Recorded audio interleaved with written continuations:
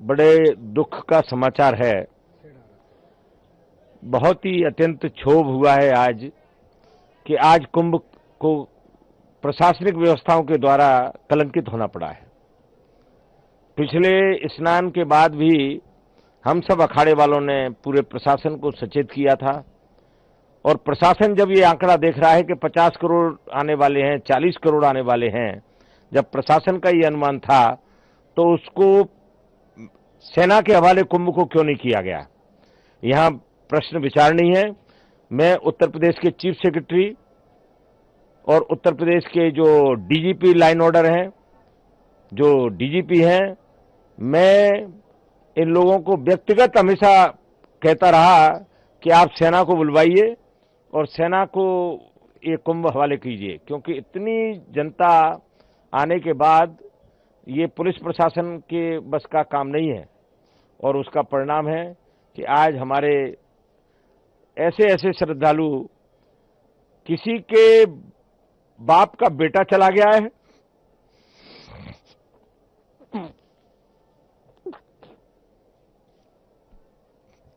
किसी का पुत्र चला गया है। बहुत दुखद समाचार है, बहुत व्यथित है। मैं निरंजनी अखाड़े में जब अभी आया तो मैं अभी अपने सभी महामंडलेश्वर साथियों से कह के आया कि आप लोग यहां से ये अनाउंस मत करिए कि ऐसा हो गया है। आप लोग धीरे धीरे अपने भक्तों को कहिए कि वो अपने अपने कैंपों में लौटें, क्योंकि एक साथ अगर हम वहां भी कह देंगे कि स्नान रद्द हो गया है तो लोग एकदम वहां भी भगदड़ मचने की आशंका है और प्रशासन पूरी तरह फेल हो गया है। निकम्मा प्रशासन, सिर्फ तुष्टीकरण की नीति में ये प्रशासन लगा रहा कि कोई भी वीआईपी आए सिर्फ उसकी सेवा में लगा रहा। मैंने देखा कि जो भी वीआईपी यहां आया सिर्फ प्रशासन उसकी जी हजूरी में लगा रहा। इसके अलावा इस प्रशासन को इस कुंभ से कोई मतलब नहीं था, किसी भी व्यवस्था से कोई मतलब नहीं था। और जब 25 बार हम सारे अखाड़े मिलकर कह रहे थे कि सेना के हवाले इस कुंभ को कर दीजिए, हमारे देश में सेवाभावी लोगों की कमी नहीं है। अगर ये सेना के हवाले कुंभ हो जाता तो मुझे नहीं लगता कि इतना बड़ा हादसा होता। बहुत दुख है, बहुत दुख है, बहुत दुख है। अखाड़ों ने क्या निर्णय लिया? देखिए, अखाड़े तो जो प्रशासन व्यवस्था कहती है उसके अनुकूल चलते हैं। हम सब लोग संवैधानिक व्यवस्था में विश्वास करते हैं और संवैधानिक व्यवस्था के तहत इस मेले की जवाबदारी जो है प्रशासन की है, जो भली भांति इसको संपन्न कराए। और मैं महामंडलेश्वर स्वामी प्रेमानंदपुरी निरंजनी अखाड़ा पूरे देशवासियों को ये कहना चाहता हूं कि आप ये मत समझिए कि आगे जो स्नान है वो ठीक से नहीं होंगे। स्नान सब ठीक से होंगे और माननीय प्रधानमंत्री जी का संदेश आ गया है कि सेना के हवाले कुंभ को किया जा रहा है। और प्रयागराज महाकुंभ में श्रद्धालुजनों की भारी भीड़ है। लगभग 8 से 10 करोड़ श्रद्धालु इस समय प्रयागराज के अंदर मौजूद है। कल भी 5.5 करोड़ श्रद्धालुजनों ने महाकुंभ का स्नान किया था। ये जो भारी दबाव श्रद्धालुजनों के कारण और श्रद्धालुओं के संगम नोच पर जाने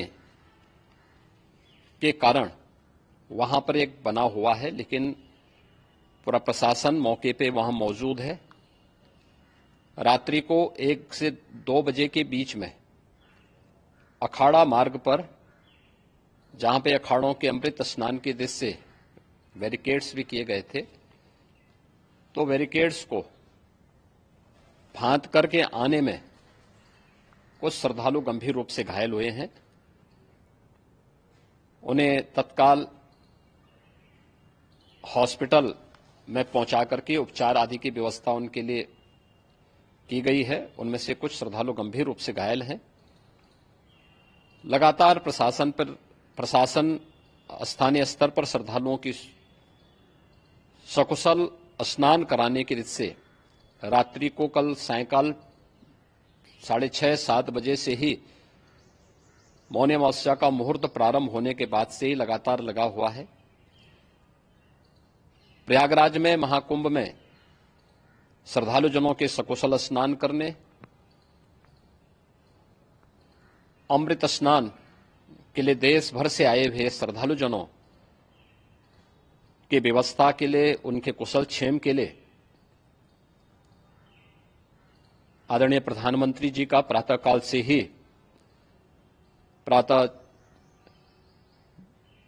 से ही उनके लगभग 4 बार प्रधानमंत्री जी ने हालचाल लिया है।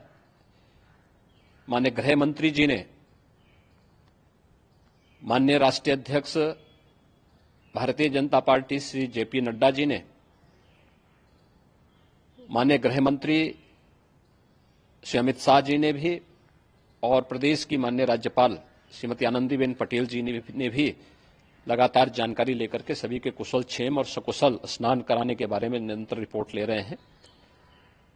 हम लोगों की प्रातःकाल से ही श्रद्धालुजन जो भी आए हैं वे स्नान कर सकें, इसके लिए यहां पे उच्च स्तरीय बैठक भी चल रही है, जिसमें मुख्य सचिव भी हैं, डीजीपी हैं, प्रमुख सचिव गृह हैं, मुख्यमंत्री कार्यालय के अपर मुख्य सचिव के साथ साथ एडीजी लॉ एंड ऑर्डर के साथ साथ अन्य वरिष्ठ अधिकारीगण मौजूद हैं।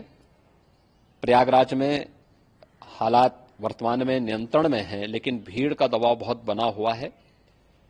अखाड़ा परिषद से जुड़े हुए पदाधिकारियों के साथ मैंने स्वयं भी बातचीत की है।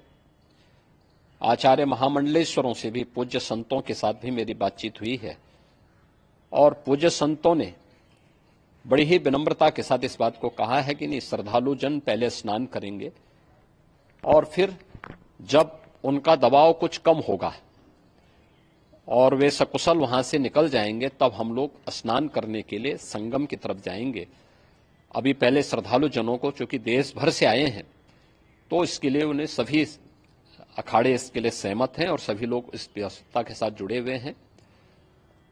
लगातार इस दिशा में हम लोगों का प्रयास है कि जो अब तक प्रातः काल से ही आपने देखा होगा, कल मैंने बताया कि कल लगभग 5.5 करोड़ श्रद्धालु कल महाकुंभ का स्नान किए हैं, और आज प्रातः काल तक लगभग 8:30 बजे तक 3 करोड़ से अधिक श्रद्धालु स्नान कर चुके हैं, और ये लगातार जारी है। लेकिन संगम नोच पर, अखाड़ा मार्ग पर,